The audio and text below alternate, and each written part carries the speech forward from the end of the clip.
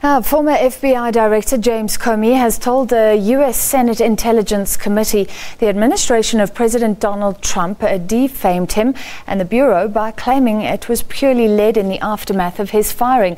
In a highly anticipated testimony in an open hearing in which he's detailing his interactions with the president regarding the FBI's Russian interference probe, Comey has also said he started documenting details of his meetings with Trump because he was concerned that the president would lie.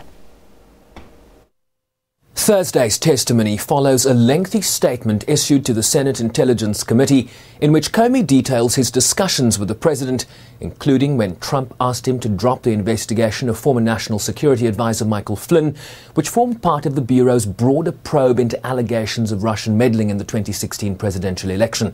In an explosive moment, Comey for the first time responded to claims made against him and the Bureau by the White House after his firing on May 9th.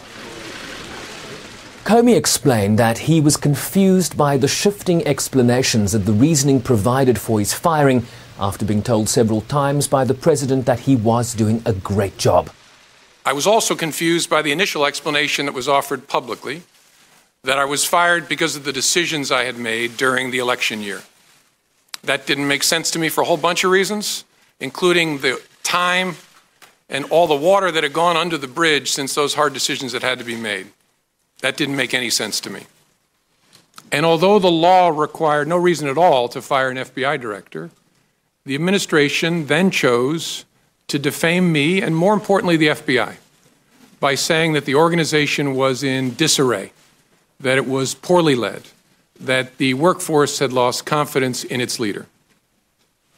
Those were lies, plain and simple.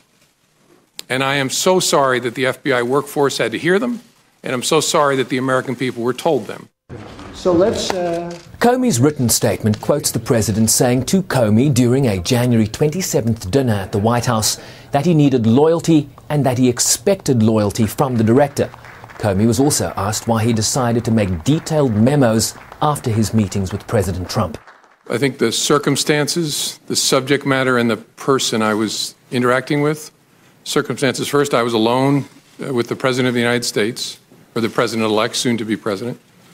The subject matter, I was talking about matters that touch on the FBI's core responsibility and that relate to the President-elect personally.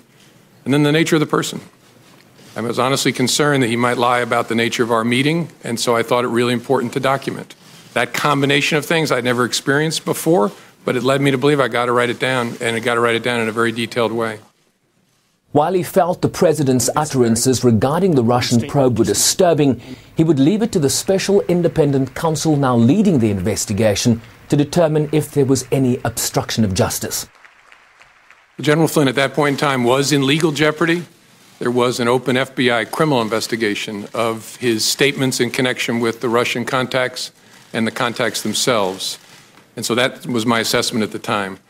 I don't think it's for me to say whether the conversation I had with the president was an effort to obstruct.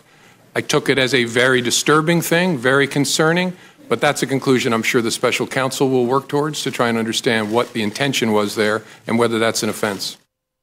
Comey said he didn't tell the president that what he was doing was inappropriate because he was stunned by the conversation and didn't have the presence of mind to do so directly.